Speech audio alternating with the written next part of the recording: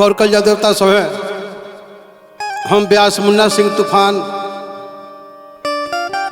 Jagdamba studio के माध्यम से एगो बड़ी सुंदर प्रसंग आवे जा रहा बनी। जौना प्रसंग के शीर्षक बा बाबा विश्वकर्मा जी के जन्म।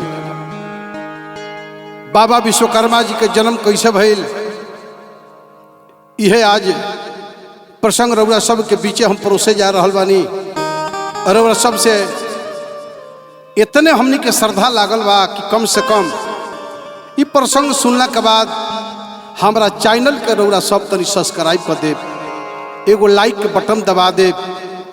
हमनी के रउरा सब से यह आशा रहेला रउरा सब्सक्राइब कैला से एगो लाइक के बटन दबावला से हमनी के हौसला बढ़ेला कि चलो हमनियों के गीत गौनई सुने वाला यह दुनिया में लोग बा।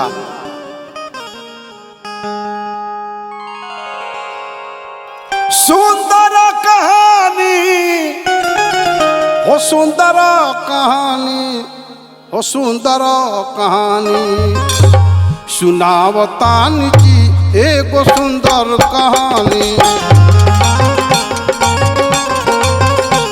सुनावतान जी एगो सुंदर कहानी। सुंदर कहानी, सुंदर कहानी हो, सुंदर कहानी सुनावतान जी एगो सुंदर कहानी। सुनावतान जी एगो सुंदर कहानी।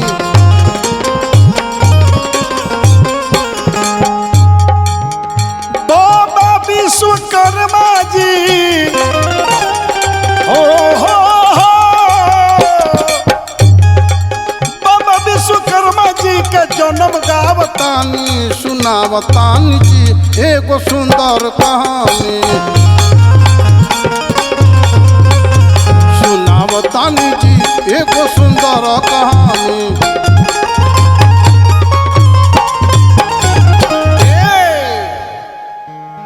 चलिए बड़ी सुंदर प्रसंग बा बाबा विश्वकर्मा जी के कैसे जन्म भइल। ब्रह्मा जी के बेटा रहले, धर्म जी रहे नाम।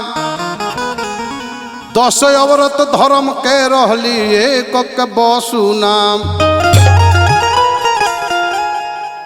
8 पुत्र बसु के भइले, बसु ही कहले। हरि भक्ति में मन रही तो प्रभु घरे चलिए हैं। ब्रह्मा जी के बेटा रहले जेकर धर्म नाम रहे, वो धर्म के 10 गो औरत रहली। 10 गो औरत में से एक औरत का नाम रहे बसु। वो बसु के जड़ से 8 गो लड़का जन्म रहले, जमुना में से सबसे छोटका लड़का प्रभास बसु रहले। प्रभास बसु जब शादी योग्य भइले तो उनकर शादी अंगिरा ऋषि के लड़की ब्रह्मचारिणी से भइल। शादी भइल प्रभास के संग में, ब्रह्मचारिणी बनली नारी। खुशी में रहे दोनों प्राणी, अब सुनिए आगे के कहानी। ए भैया बहुत दिन शादी भइले हो गई रहे, लेकिन एको बाल बच्चा ना रहे। यही के मन में दोनों जना के रात दिन चिंता सतावे कि भगवान हमनी के एको औलाद ना देहनी। एगो बबुआ बिना, एगो बबुआ बिना घरवा अन्हार लगता।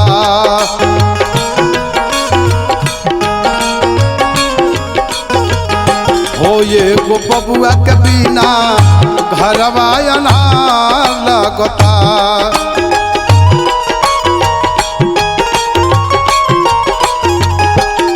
बिना बेटा के जीवन ही बेकार लगता।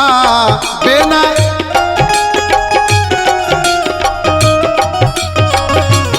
बिना बेटा के जीवन ही लागता एगो बबुआ रे बिना घरवा अन्हार लागता।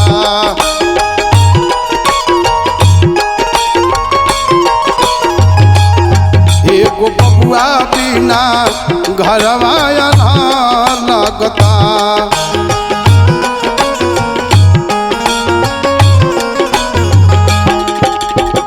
हर माई बाप के श्रद्धा लागेला कि हमरा घर में एगो बालक चाहे बालिका रहती, महतारी के ही लागेला कि हम अपना गोदी में खेलती। एगो गोदी में रहते लाल मनवा रहते खुशहाल।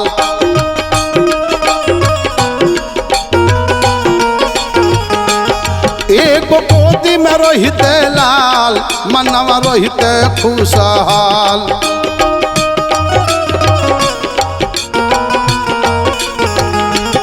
बिना बेटा के जीवन हमारो काल लागता।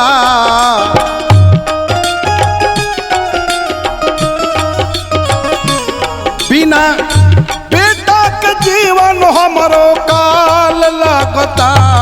एगो बबुआ रे बिना घरवा अन्हार लागता।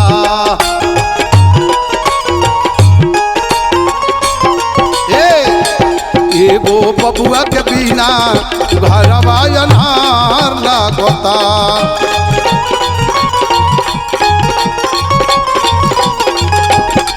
एगो बबुआ के बिना घरवा अन्हार लागता।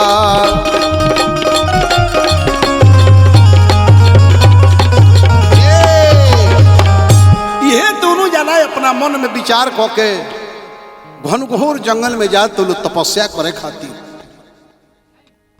मन में करी के विचार दोनों जाना भइले तैयार।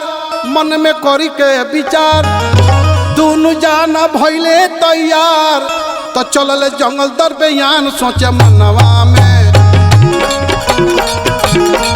चल जंगल दरबयान सोचे मनवा में। चल जंगल दरबयान सोचे मनवा में। चल जंगल दरबयान सोचे मनवा में। चल जंगल दरबयान सोचे मनवा में। चल जंगल दरबयान सोचे मनवा में। यह दोनों जना घनघोर जंगल में जाके आसन लगा के बैठ गई लो।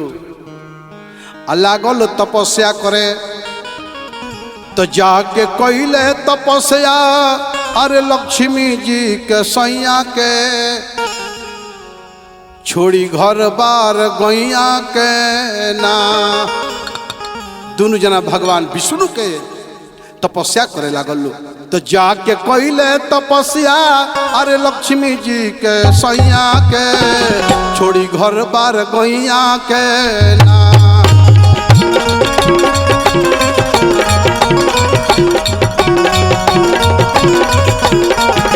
तो जाके कैले तपस्या लक्ष्मी जी के सैया के छोड़ी घर बार गैया के ना।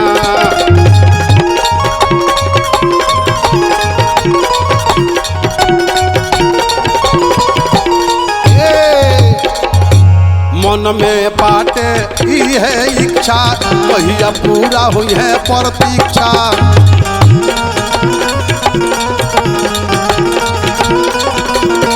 मन में पावे ई है इच्छा कहिया पूरा हुई प्रतीक्षा।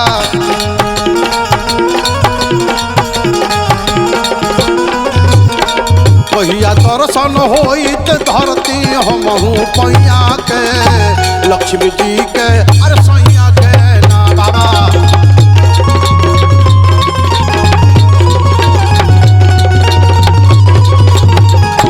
कहिया दर्शन होइत धरती हमहू पैया के लक्ष्मी जी के सैया के ना।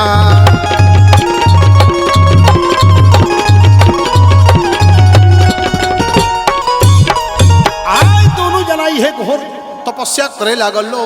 जब तपस्या पूरा भइल तब भगवान विष्णु जी आके दर्शन देता नहीं। कहने की हे ऋषिराज, आपके तपस्या पर मैं खुश हूं। जो भी आप वरदान मांगना चाहते हैं हमसे आप मांग सकते हैं। आर मंगबो तो मांगो ना ये मुनि जी, आर मंगबो तो मांगो ना ये मुनि जी। अरे हमारा से हो वरदान, कौन इच्छा पूरा हो करी। अरे कौन इच्छा पूरा हो करी, अरे हमारा से मांगो वरदान।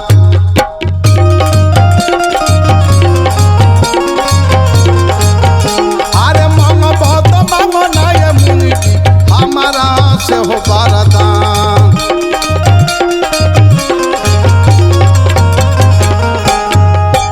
अरे मंगबो तो मांगो ना ये मुनि जी, हमारा से हो वरदान।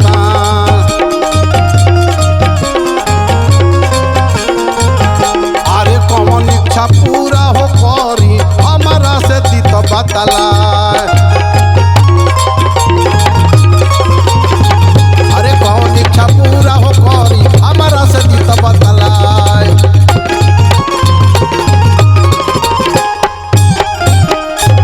दोनों जना हाथ जोड़ के भगवान विष्णु से कहल के हे सरकार, हमनी के एगो पुत्र के बिना तरसत तानी सन। सरकार हमनी के हार्दिक इच्छा बा कि रौरे समान एगो पुत्र हमनी के हो जैते। भगवान विष्णु कहनी कि ये मस्तु ऐसा ही होगा, लेकिन अभी कुछ समय लगेगा। ये दोनों जना अपना घरे आइल वालो, धीरे धीरे समय बीते लागल। कुछ दिन के बाद एगो बालक के जन्म भइल। वो बालक के जन्मते 4 गो बाह रहे। रूप चतुर्भुज हो रहे, करनी बसुली हथवा हो रहे। ये किया हो रामा, किया हो मोरे रामा। मुनि घोर जन्मेले सुंदर लालन राम।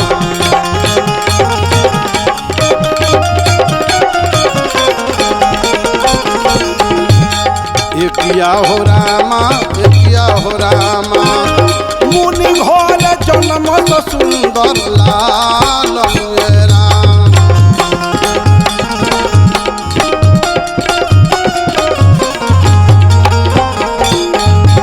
जन्मते बालक के 4 गो हाथ रहे। अब हाथ में करनी बसुली यह सब औजार रहे।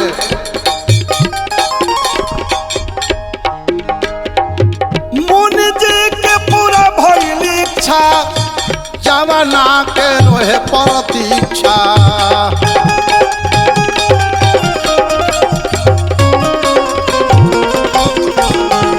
मुनि जी के पूरा भइल इच्छा, जवाना के रोहे प्रतीक्षा।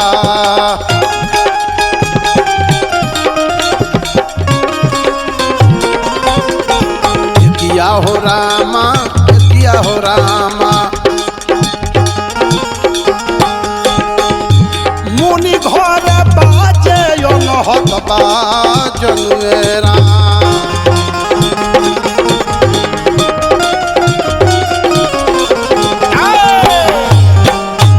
यह मुनि जी के दरवाजा पर सोहर मंगल होता। धीरे धीरे वह बालक जब सियान भइले तो नाना प्रकार के कर्मात को के दिखौले। सतयुग में स्वर्ग बनवले, त्रेता में बनवले लंका, द्वापर में द्वारिकापुरी बनवले, कलयुग में हस्तिनापुर। सुदामापुरी तत्काल बनवले, गजबे रचनवा कइले। विश्व के रचना कइले बाबा, तब विश्वकर्मा नाम धरैले। नाना प्रकार के बाबा विश्वकर्मा जी रचना करे लगनी, स्वर्ग उहे के बनौनी, लंका के निर्माण उहे के कैनी, सुदामा जी के क्षण भर में मड़ई से महल तैयार कर देहनी। बाबा विश्वकर्मा जी के इह बा कहानी, तनी सुनी श्रोता ज्ञानी, माफ करब हमरो तो नदानी, सुनिए श्रोता ज्ञानी।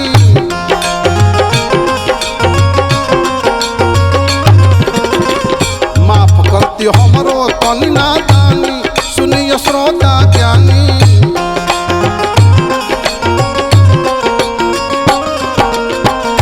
वेद के भेद आज ले दुनिया में केहू ना जानल, जे जितना पढ़ले बा उतना गुनले बा। वेद के था लिखे अनेक प्रकार से बाबा विश्वकर्मा जी के जन्म के कहानी बा, जे जहाँ से पढ़ले बा गावेला बजावेला और सबके आगे सुनावेला। वेदवा के भेद आज लेना केहू जानो,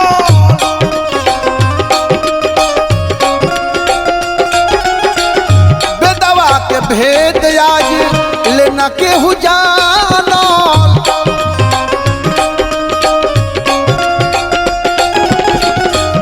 जितना पढ़ले बा उतना कुदल फानो,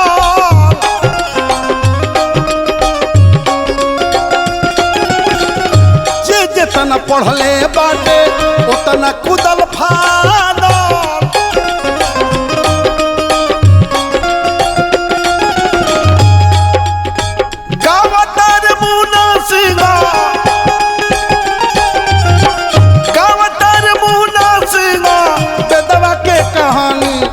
श्रोता ज्ञानी माफ करब हमरो रौर नदानी, सुनिए श्रोता ज्ञानी।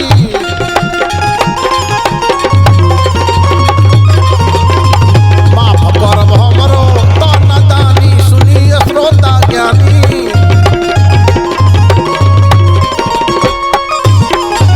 प्रेम से बोल दी बाबा विश्वकर्मा जी की।